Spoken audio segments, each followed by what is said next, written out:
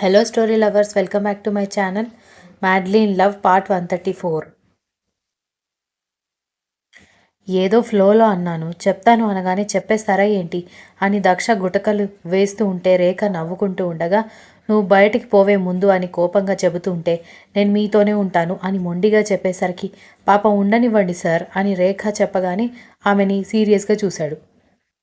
దాంతో రేఖ సైలెంట్ అయిపోవడంతో కర్ణ బయటికి గెంటడానికి వస్తూ ఉంటే దక్ష కర్ణ చేతుల్ని తప్పించుకొని గదిలోకి పారిపోవడంతో కర్ణ చిరాకు పడితే రేఖ వంటగదిలోకి వెళ్ళిపోయింది. కర్ణ విసురుగా ఫ్రెష్ అవ్వడానికి వెళ్ళేసరికి అతని కోసం bread toast, boiled vegetables, chapati curry prepare చేసి డైనింగ్ టేబుల్ దగ్గర రెడీగా ఉండడంతో అతను డైనింగ్ టేబుల్ దగ్గరికి వచ్చేవాడు బయటికి వెళ్ళబోతుంటే గబగబా డోర్ దగ్గరికి పరిగెత్తి డోర్ క్లోజ్ చేసి తాళం కూడా వేసేసి తాళం చున్నీ కార్నర్లో ముడివేసి దాచిపెట్టుకుంది. దాంతో కర్ణ కోపంగా చూస్తుంటే కొడతారా? సరే కొట్టి బ్రేక్ఫాస్ట్ చేయండి, కానీ బ్రేక్ఫాస్ట్ చేయకుండా మాత్రం పంపించను. ఒకవేళ వెళ్ళాలనుకుంటే తాళం తీసుకోవాలి, కానీ నేనివ్వను కదా అని కొంటెగా పలికేసరికి కర్ణ కోపంగా ఎర్రని కళ్ళతో చూస్తూ ఉంటే, ఇది వరకు మీరు ఆ ఎక్స్ప్రెషన్తో చూస్తే నేను భయపడేదాన్ని, ఇప్పుడు మాత్రం నేను భయపడను. మీకోసం కష్టపడి బ్రేక్ఫాస్ట్ చేశాను కాబట్టి మీరు తినేసి వెళ్లాల్సిందే అని మొండిగా చెప్పడంతో అనవసరంగా నా చేతుల్లో తన్నులు తింటావెందుకు? చిరాకు పెట్టకుండా పక్కకు పో అనగానే పోతాను. మీరెలా పోతారు? తాళాలు నా దగ్గర ఉన్నాయి కదా అని అంది చిలిపిగా. తీసుకోలేను అనుకుంటున్నావా? నాతో ఆటలు ఆడి ఎవరూ గెలవలేరు. నాతో తలపడ్డానికి అనుకుంటే ఎదురుగా ఎవరున్నా సరే నేను ఒకేలాగా డీల్ చేస్తాను. అది మగాడైనా ఆడపిల్లైనా.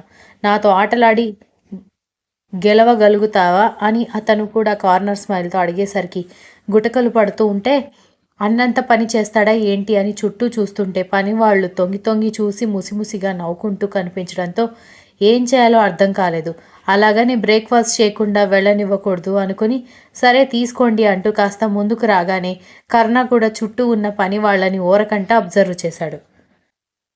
అందరూ వాళ్ళని చూస్తూ ఉండడంతో తాళం తీసుకోవాలని ఉన్నా కూడా కొట్టాలన్నంత కోపం వస్తున్నా అందరిలో కొట్టి అవమానించలేడు.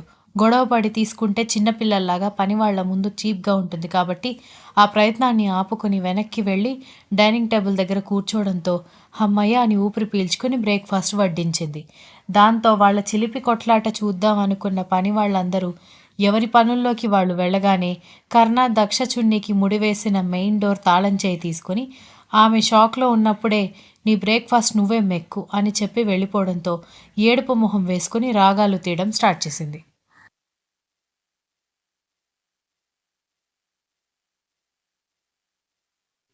అంత కష్టపడి బ్రేక్ఫాస్ట్ చేస్తే తినకుండా వెళ్తారా? ఇంతకంటే అన్యాయం ఎక్కడైనా ఉందా అని ఏడుస్తూ ఉంటే ఏమైంది తినకుండా వెళ్ళిపోయారా? ఇందాక వచ్చి కూర్చున్నారు కదా అని రేఖ రావడంతో మీరందరూ ఉన్నారని తినడానికి వచ్చి కూర్చున్నట్టు డ్రామా చేశారు. మీరు వెళ్ళగానే తాళం తీసుకొని హాయిగా ఆఫీస్కి వెళ్ళిపోయాడు అనగానే సార్ ఎంతైనా ఇంటెలిజెంట్ అని అంది రేఖ. రేఖ పొగిడేసరికి దక్ష ఒక లుక్ ఇచ్చి అవును ఇంటెలిజెంట్ నమ్మించి బోల్తా కొట్టించి తాళం చెవి కొట్టేసి పోయాడు. ఇంతకంటే అన్యాయం ఎక్కడైనా ఉందా అసలు? ఆయన కడుపు నిండా భోజనం చేయాలని కదా నేను తాపత్రయపడుతున్నాను అని అంత సులభంగా మోసపోయినందుకు సిగ్గుపడుతూ చచ్చిపోయింది.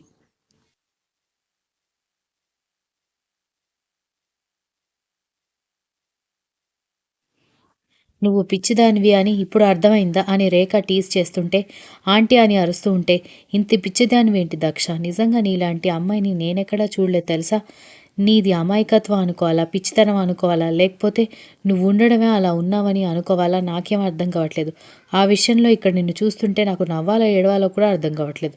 నిజం చెప్పు కర్ణ సార్ మ్యాటర్ వచ్చేసరికి నీ బ్రెయిన్ ఆఫ్ అయిపోతుంది కదా అనగాని అవును అన్నట్టుగా తలాడించి సిగ్గుతో మొహాన్ని రెండు చేతుల్లో దాచుకుంది.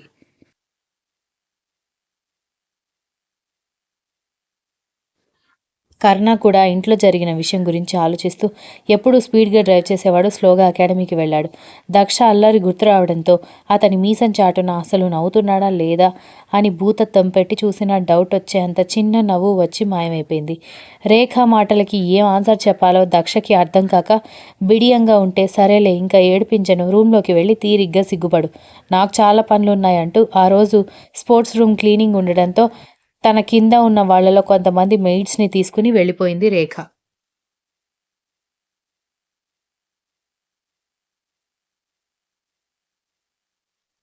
రేఖ వెళ్ళిపోవడమే. దక్ష గదిలోకి జెట్ స్పీడ్‌తో పరిగెత్తి బెడ్ మీద ముడుచుకొని కూర్చుని, "అంత పిచ్చిదానివేంటే నువ్వు? ఇంత ఈజీగా మోసపోయి అక్కడ నువ్వు కొట్టిన స్టైల్ అంతా తుస్సుమంది" అంటూ మొహాన్ని 2 చేతుల్లో దాచుకుని చాలాసేపు గడిపేసింది. "ఎందుకయ్యా ఇంతలా దూరం పెట్టి నన్ను ఏడిపిస్తున్నావు? నేను చేసిన తప్పుకి ఇంకా నాకొక్క క్షమాపణ అనేది లేదా?" అనుకుంది బెంగగా. కర్ణ కూడా ఇన్‌స్ట్రక్షన్స్ ఇస్తూనే మధ్య మధ్యలో మార్నింగ్ ఇన్సిడెంట్ జ్ఞాపకం రావడంతో గ్యాప్ ఇస్తూ వాళ్ళకి ఇన్‌స్ట్రక్షన్స్ ఇవ్వడంతో వాళ్ళ సార్ కాస్త డిఫరెంట్‌గా ఉండడంతో ఒకరిని ఒకరు అయోమయంగా చూసుకున్నారు స్టాఫ్ అంతా. ఆ రోజంతా ఒకరికి తెలియకుండా ఒకరి గురించి ఒకరు ఆలోచిస్తూనే ఉన్నారు.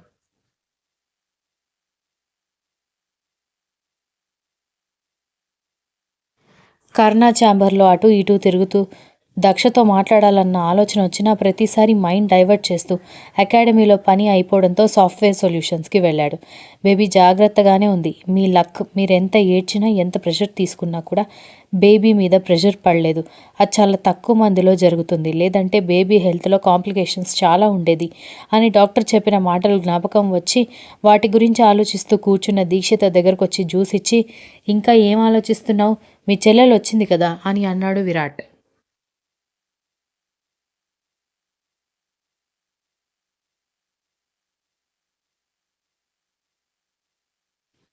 దాని గురించి నాకు దిగులు పోయిందిలే. డాక్టర్ చెప్పారు కదా మన లక్ అని. ఎంత ఏడ్చినా కూడా బేబీ మీద ప్రెషర్ పడలేదని. ఒకవేళ ప్రెషర్ పడి ఉంటే ఎలాంటి కాంప్లికేషన్స్ వచ్చేవి అని అడగడంతో అనుకున్నాను. నీ బ్రెయిన్‌కి ఎప్పుడైనా పని పెట్టకుండా ఉంటావా అని విరాట్ కోపంగా చూసేసరికి, అబ్బా ఊరికే అడుగుతున్నాను. నేనేం దాని గురించి టెన్షన్ పడట్లేదు అనగానే, నువ్వెంత ఊరికే అడుగుతున్నావో, ఎంత తక్కువ టెన్షన్ పడతావో నాకు తెలుసు కానీ నోరు మూసుకొని జ్యూస్ తాగు అన్నాడు. నువ్వు 2, 3 రోజుల నుంచి ఎక్కువగా తిడుతున్నావు. ఇలా అయితే నేను మా ఇంటికి వెళ్ళిపోతాను. అప్పటికి మా అమ్మ నాన్న ఇంటికొచ్చి మరీ పిలిస్తే పెద్ద నువ్వొక్కడివే పెళ్ళాన్ని ప్రేమించేవాళ్ళలాగా నా పెళ్ళాన్ని నేనే చూసుకుంటాను. ఏదైనా ఎమర్జెన్సీ వస్తే మీరు త్వరగా వెళ్ళలేరు. నాకు కార్లు డ్రైవర్లు ఉన్నారు అని ఓవర్ యాక్షన్ చేశావు. ఇలాగే తిడితే నేను మా ఇంటికి వెళ్తాను అనగానే, వెళ్ళవే వెళ్ళు, ఇల్లు కదిలితే కాళ్ళు విరగ్గొడతాను అన్నాడు విరాట్.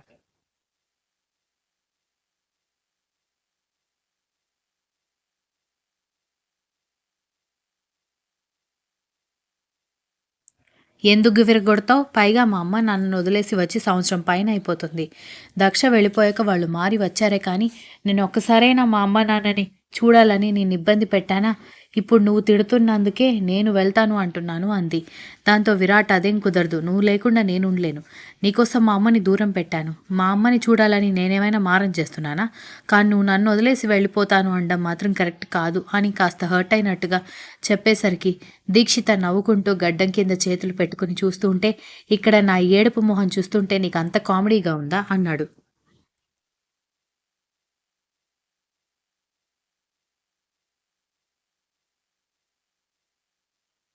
ముద్దొస్తున్నావురా అంటూ 2 బుగ్గలు గిల్లేసరికి, నేనేం ఆడపిల్లని కాదు ముద్దు రావడానికి అన్నాడు. ఆడపిల్లలు మాత్రమే ముద్దొస్తారని ఎవరు చెప్పారు నీకు? ప్రేమగా చూసుకునే అబ్బాయిలు కూడా ముద్దొస్తారు. నువ్వు నన్ను ప్రేమగా చూసుకుంటున్నావు కాబట్టి నేను నిన్ను వదిలేసి వెళ్ళిపోలేనులే. దిగులు పడకు అని అంది. అయినా కూడా నువ్వు నన్ను వదిలేసి వెళ్ళిపోతానని చెప్పావు కాబట్టి నేను నీ మీద అలిగాను అంటున్న విరాట్ మాటలకి నవ్వుతూ, ఇప్పుడే కదా నేను ఆడపిల్లని కాదు ముద్దు రావడానికి అన్నావు. అప్పుడే ఆడపిల్లలాగా అలుగుతున్నావని దీక్షిత నవ్వడంతో, చూడు నాకు కోపం తెప్పించకు అనగానే, తెప్పిస్తాను. ఇంకా ఇంకా కోపం తెప్పిస్తాను. ఏం చేస్తావో అని దీక్షిత అనగానే, ఏం చేస్తాను అలిగి కూర్చుంటాను అనగానే, పర్లేదులే నేను బుజ్జగిస్తాను అనగానే నవ్వొచ్చింది విరాట్‌కి. దాదాపు సంవత్సరం తర్వాత ఇద్దరూ ఫ్రీగా మాట్లాడుకున్నారు.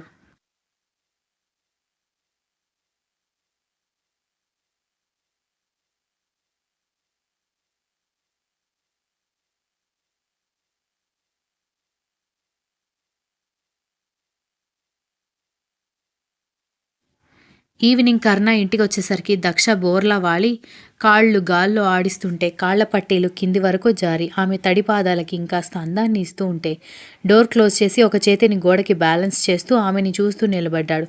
తను చదువుతున్న నవల్ పూర్తి కావడంతో, హ్మ్. ఈ స్టోరీలో హీరోలాగా నా హీరో ఎప్పుడు నన్ను కనికరించి నా మీద కోపం తగ్గించుకుని ఎప్పటికీ నాతో నార్మల్‌గా ఉంటాడో ఏంటో అనుకుంటూ ఉండగానే ఎవరో వచ్చినట్టుగా, ఎవరో నిలబడినట్టుగా అనిపించేసరికి కంగారుగా వెనక్కి తిరిగి చూసి కళ్ళు పెద్దవి చేసింది.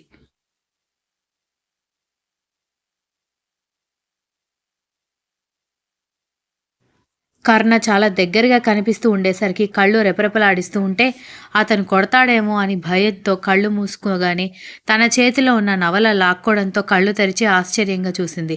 దాన్ని గాల్లోకి విసిరేయడంతో కరెక్ట్‌గా వెళ్లి డోర్ పక్కన ఉన్న డస్ట్‌బిన్‌లో పడేసరికి, అయ్యో! నా నవల్ అని వెళ్ళబోతున్న ఆమె రెక్క పట్టుకుని ఆపడంతో దక్ష తనని ఆశ్చర్యంగా చూస్తుంటే తీసుకెళ్లి సోఫాలో ఎత్తేసి, అలాంటి అడ్డమైన బుక్స్ చదువుతూ అర్థం పర్థం లేని కలలు కన్నావనుకో చంపేస్తాను అన్నాడు. అర్థం పర్థం లేని కలలు ఏంటి? నా హీరో నన్ను క్షమించి మునుపటిలా దగ్గరికి తీసుకోవాలనుకోవడం తప్పా? అని అడుగుతూ కర్ణ వైపు చూసేసరికి అతను మాత్రం ఇదివరకు లాగా ప్రేమ ఆపేక్ష నిండిన కళ్ళతో కాకుండా కోపంగా చూస్తుంటే ఎందుకన్నా అంత కోపంగా చూస్తున్నావు అని అమాయకంగా మాట్లాడుతున్న ఆమె మాటలు వింటూ డోంట్ సే బ్యాక్ అని కోపంగా చెప్పడంతో మూతి ముడుచుకుంది.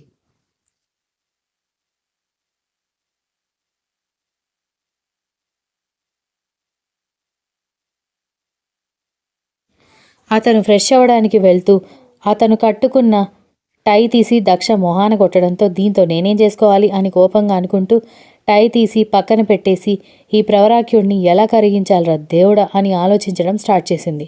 కర్ణ వచ్చేసరికి కూడా ఆమె అలాగే సోఫాలో తెగ చించేస్తూ కనిపించడంతో అంత ఆలోచించింది చాలు, నువ్వెంత ఆలోచించినా ఆ బురద బ్రెయిన్లో బల్బు వెలగదు కానీ మూసుకొని ఇక్కడి నుంచి దొబ్బేయి, నువ్వెలాగో నాతో పర్మనెంట్గా కలిసి లైఫ్ స్పెండ్ చేసే రకం కాదు. నీలాంటి దాంతో నేను టైం వేస్ట్ చేయలేను. నా టైం అస్సలు వేస్ట్ చేసుకోలేను. నా వెంట పడిన వాళ్ళలో ఎవరైనా ఒకరిని సెలెక్ట్ చేసుకుంటే పీస్ఫుల్గా ఉండేవాడిని అంటున్న కర్ణ వైపు చూస్తూ కోపంగా చేతులు కర్ణ వరకు తీసుకొచ్చి అతను ఒక లుక్ ఇచ్చేసరికి పళ్ళు బయట పెట్టి నవ్వుతూ డ్రెస్ చేంజ్ చేసుకుని వచ్చింది. బెడ్ మీద కూర్చుంటూ ఆమె వైపు ఒక చూపు చూసి టీ తాగుతూ చాలాసేపు గడిపేసి బెడ్ మీద కూర్చుని ఆ పక్కనే ఉన్న డెస్క్లో ఉన్న పెన్ డ్రైవ్ తీసి ల్యాప్టాప్కి కనెక్ట్ చేస్తూ కూర్చున్నాడు.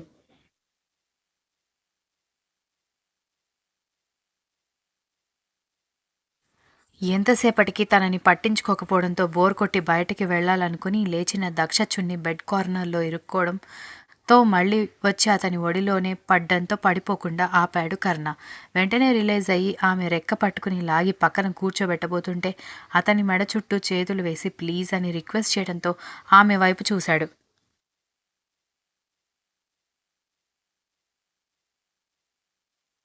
అతని చేతిని తన చెంప మీద వేసుకుని కోపంగా ఉంటే కొట్టండి, తిట్టండి, చంపినా సరే పట్టించుకోను.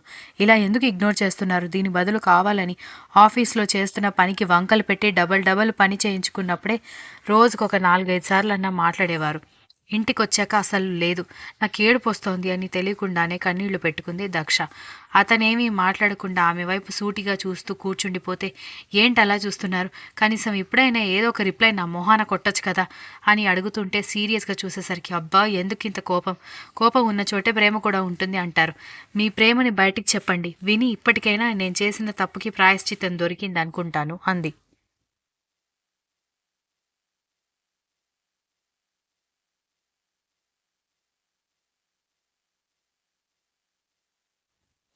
బాధ, ఆవేదన నిండిన భావంతో అతని కళ్ళలోకి చూస్తూ మీకు నేనంటే పిచ్చనే నాకు తెలుసు. ఇదంతా నేను చేసిన పిచ్చి పనికి మీకు మండినందుకు నాకు వేస్తున్న శిక్ష అని కూడా తెలుసు. నేను అందుకే సంవత్సరం ముందు వెళ్ళకముందు ఎన్నిసార్లు పెళ్లి చేసుకుందాం అని అడిగాను. ఒక్కసారైనా నా మాట విన్నారా? అదే పెళ్లి జరుగుంటే చచ్చినట్టు నేను ఇక్కడే ఉండేదాన్ని. పెళ్లి జరగలేదు కాబట్టే మీ లైఫ్ గురించి ఆలోచించి నా వల్ల పాడవకూడదని వెళ్ళిపోయాను అంటూ ఏం చెప్తుందో అర్థమై కళ్ళు పెద్దవి చేసి కర్ణ వైపు చూడడంతో ఆమె మాటలు విచిత్రంగా ఉండేసరికి కళ్ళు చిన్నవి చేసి చూసి వాట్ డు యూ మీన్ అన్నాడు.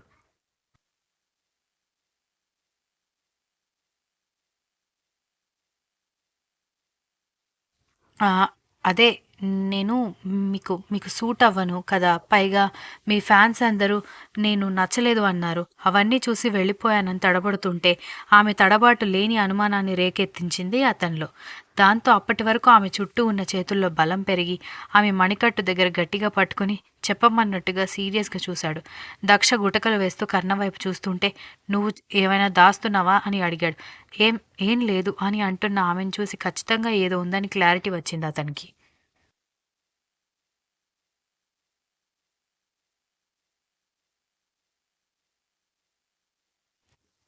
పో ఇక్కడి నుంచి అనగానే నేను పోను. నా మీద ఒట్టు. నేను చచ్చే చివరి క్షణం వరకు ఇక మిమ్మల్ని వదిలేసి ఎక్కడికి పోను. ఇలా అడగడం కరెక్టో కాదో నాకు తెలీదు. దయచేసి మీరు ఇలా నాతో ఉండకండి. ఇలా ఉన్నారంటే నిజంగానే మళ్ళీ వెళ్ళిపోతాను అంటున్న ఆమె చేయి గట్టిగా పట్టుకుని వాట్ డిడ్ యూ సే అన్నాడు కోపంగా. మళ్ళీ కోపం. నేను వెళ్ళకూడదు, ఉంటే పట్టించుకోరు అంటూ ఏడుస్తూ నేను తప్పు చేశాను. మీ ప్రేమని మిమ్మల్ని వదిలేసి వెళ్ళిపోయి చాలా పెద్ద తప్పు చేశాను అని ఇంకా గట్టిగా ఏడుస్తూ అతని చెంప మీద ముద్దు పెట్టి I love you so much. నేను చచ్చిపోయే చివరి క్షణం వరకు నా మనసు మిమ్మల్నే ప్రేమిస్తుంది, మిమ్మల్నే కోరుకుంటుంది. ఈ భూప్రపంచంలో ఏ మూల ఉన్నా కూడా మీ గురించి నేను ఆలోచిస్తూనే ఉంటాను అంది.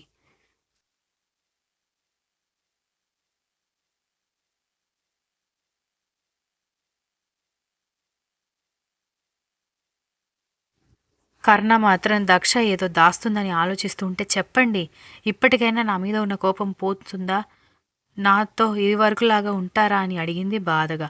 Continuous. If you like the story please like share comment and don't forget to subscribe.